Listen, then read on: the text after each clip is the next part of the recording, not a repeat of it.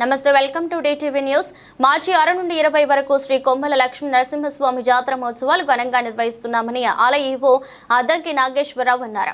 అనంతరం మాట్లాడుతూ కార్యక్రమాల్లో భాగంగా అధ్యయనోత్సవం, కళ్యాణోత్సవం, బండ్లు తిరుగుట, రథోత్సవం ముఖ్య ఘట్టాలు కాగా జాతరకు విచ్చేస్తున్న భక్తులకు త్రాగునీరు, విద్యుత్, పోలీసు టీసీ క్యూ లైన్ల ఏర్పాటు, తీర్థ ప్రసాదాలు, సీసీ కెమెరాలు అన్ని వసతులు కల్పించమని అన్నారు. కార్యక్రమంలో అర్చకులు, పురోహితులు, సిబ్బంది ఉన్నారు.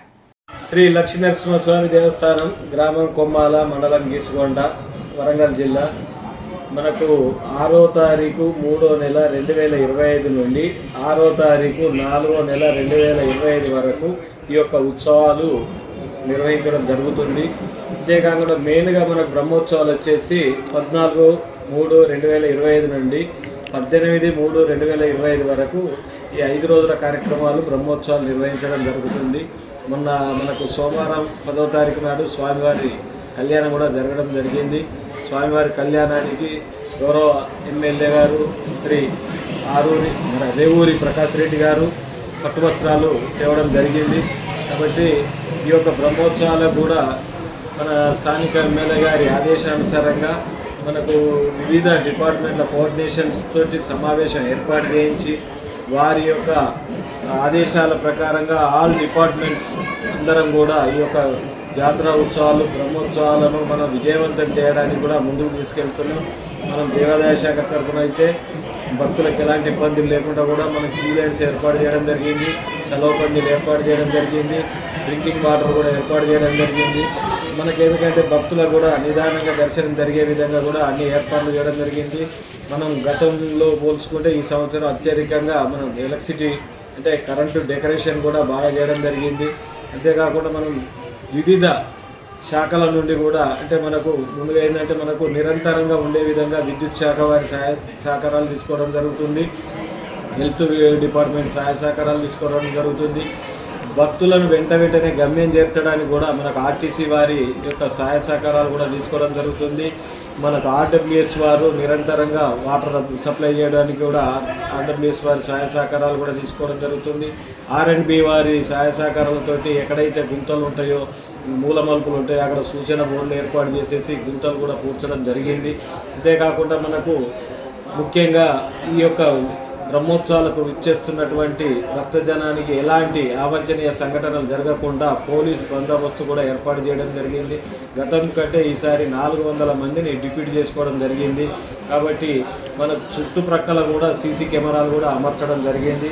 అంతేకాకుండా దేవస్థానం తరఫున కూడా పర్మనెంట్గా 16 కెమెరాలు ఏర్పాటు చేయడం జరిగింది. కాబట్టి భక్తులకు ఎలాంటి ఇబ్బందులు లేకుండా కూడా అన్ని సదుపాయాలు కూడా ఏర్పాటు చేస్తున్నాం. శానిటేషన్ పరంగా చూస్తే మనకు వివిధ గ్రామ పంచాయతీల సెక్రటరీ ద్వారా వాళ్ళ సిబ్బంది, కార్మిక సిబ్బంది కూడా రావడం జరుగుతుంది. నూతనంగా మనకు నగరపాలక సంస్థ నుంచి కూడా ఒక 20 మందిని కూడా డిప్యూటీ చేసుకోవడం జరిగింది. కాబట్టి ఎందుకంటే వెంటనే చెత్త కూడా డంపింగ్ చేసుకునే విధంగా కూడా ఏర్పాటు చేశాం.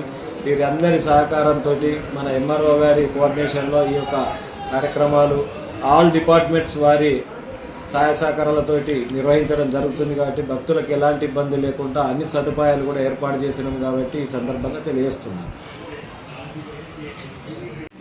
అంటే లక్ష్మీనరసింహస్వామి సేవ నాకు బాకీ ఉన్నట్టుంది. అందుకే ఈ స్వామివారు నన్ను ఇక్కడికి పిలిపించుకోవడం జరిగింది. నేను వచ్చిన తర్వాత కూడా అంటే ఎప్పుడో పురాతనంలో వేయడం జరిగిందట కలర్లు. దాన్ని దృష్టిలో పెట్టుకొని మన ఫౌండర్ ట్రస్టీ గారి ఆదేశానుసారంగా నూతనంగా కలర్లు కూడా వేయించడం జరిగింది. అంతేకాకుండా ఇక్కడ భక్తులకు నివాస గృహములు లేవు. దాన్ని దృష్టిలో పెట్టుకొని మన స్థానిక ఎమ్మెల్యే గారు రేవూరి ప్రకాష్ రెడ్డి గారి ఆదేశానుసారంగా G+4గా కన్స్ట్రక్షన్ చేయడానికి కూడా ప్లాన్స్ ఎస్టిమేషన్స్ వేయించడం జరిగింది. అంతేకాకుండా ప్రాకార మండపం కూడా టెంపుల్ను కూడా ఎక్స్టెన్షన్ చేయడం జరుగుతుంది, యాగశాల నిర్మాణం చేయడం జరుగుతుంది. ఈ యొక్క ఉత్సవాలు ముగిసిన వెంటనే ఈ యొక్క కార్యక్రమానికి భూమి పూజలు చేసేసి కూడా పనులు స్టార్ట్ చేస్తామని కూడా ఈ సందర్భంగా తెలియజేస్తుంది. ఈ యొక్క కొమ్మాల లక్ష్మీనరసింహస్వామి దేవస్థానం అంటేనే, స్వామివారి జాతర అంటేనే ప్రభాబనులతోటే మనకు బ్రహ్మాండంగా విజయోత్సవం చేయడానికే ఈ ప్రభాబనులు ఏర్పాటు చేయడం జరుగుతుంది.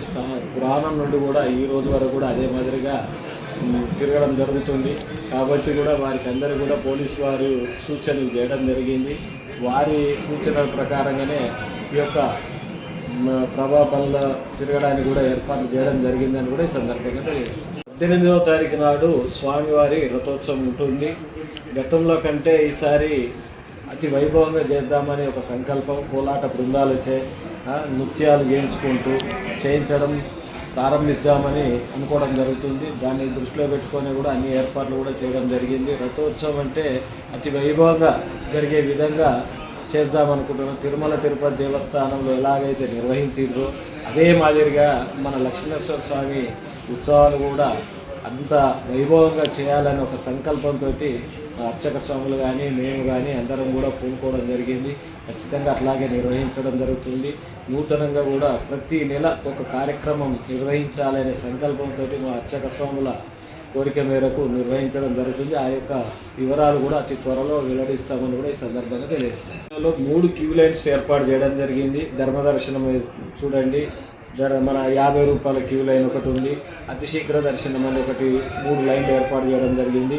అంతేకాకుండా విఐపీస్ కానీ వికలాంగులకు కానీ ప్రత్యేకంగా ఒక క్యూ లైన్ ఏర్పాటు చేసి ఈ యొక్క లైన్లలో ఉన్న భక్తులకు విఐపీ స్థాయికి రావడం వల్ల ఇబ్బందులు కలగకుండా కూడా అన్ని ఏర్పాట్లు చేయడం జరిగింది.